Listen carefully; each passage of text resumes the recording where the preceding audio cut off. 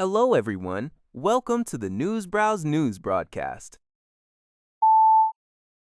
According to a report by CBS News, UK Defense Secretary John Healey has resigned, citing a critical shortfall in planned military funding.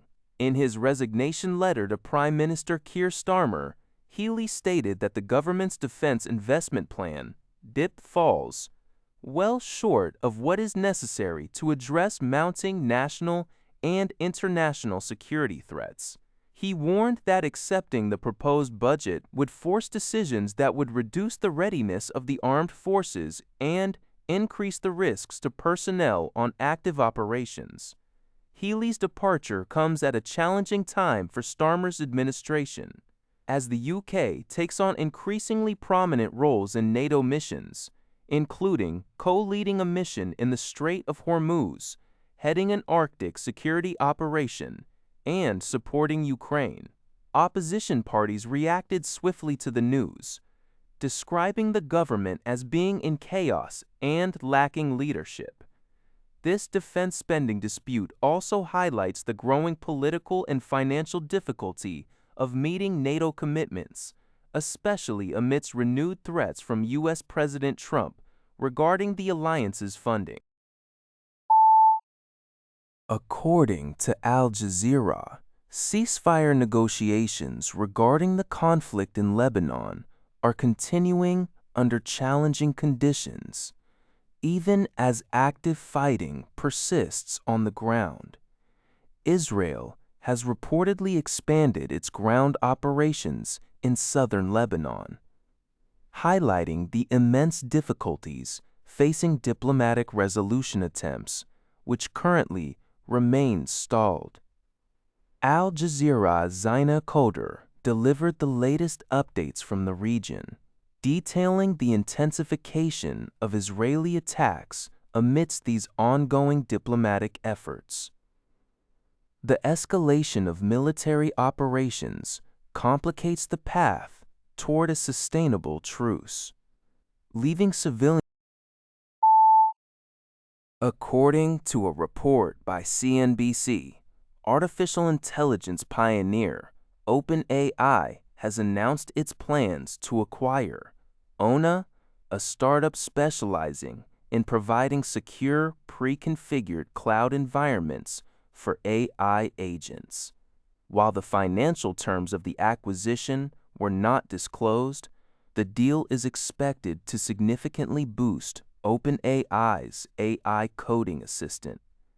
Codex, OpenAI stated that ONA's technology will enable Codex to undertake and execute longer-running, more complex programming tasks. Following the completion of the acquisition, ONA's entire staff is scheduled to integrate into OpenAI, joining the Codex development team. The acquisition comes as OpenAI ramps up investments in its developer tools amid fierce competition from rivals like Anthropic and its recently launched AI coding tool, Claude Code. Codex currently boasts more than 5 million weekly active users, up from 3 million in April.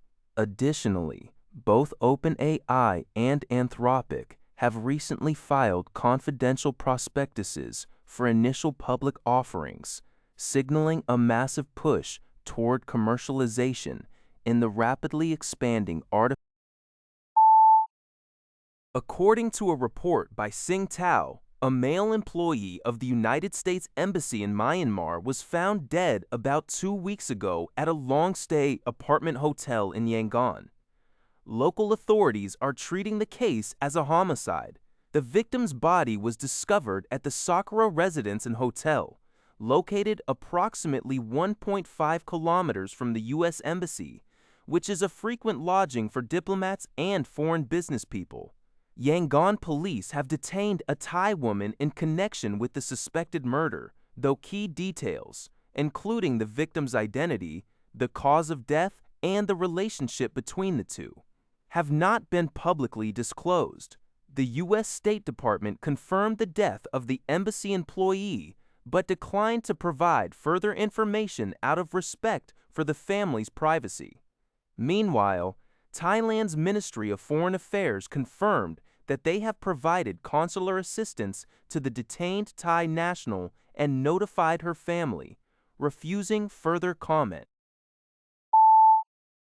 In an interview with NPR, Cheng Li-woon, leader of Taiwan's main opposition party, the Kuomintang (KMT), revealed that during her recent meeting with Chinese President Xi Jinping, the issue of reunification was never discussed.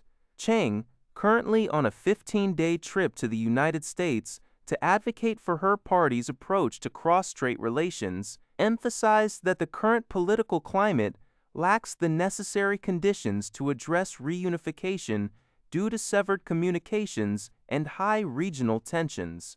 Cheng defended the KMT's recent efforts to scale back defense spending, arguing that the party remains committed to Taiwan's security but seeks transparency and opposes the ruling Democratic Progressive Party's legislative process.